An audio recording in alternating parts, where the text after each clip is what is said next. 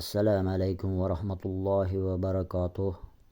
Avvalambor Alloh taologa hamd, payg'ambarimiz Mustafa sallallohu alayhi va sallamga ko'pdan ko'p salovat va salomlarimiz bo'lsin.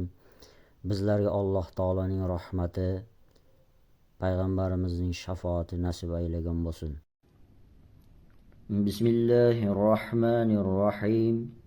3-kitob 134-hadis. Ibn Umar radhiyallohu anhudan rivoyat qilinadi.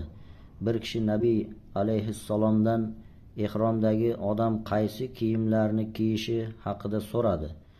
Shunda ko'ylak ham, salla ham, shalvar ham, burnus ham, vars ham, za'faron tekkan kiyim ham kiymaydi. Agar shippak topa olmasa, mahsi kiysin va to'pig'idan past turadigan qilib kesib olsin dedilar. Burnus qalpoqli ustki kiyim, kapyushon, vars Yamanda o'sadigan sariq o'simlik, undan kiyim va yuz bo'yog'i olinadi. Za'faron sariq rangli ziravor o'simlik, undan ham kiyim va yuz bo'yog'i olinadi.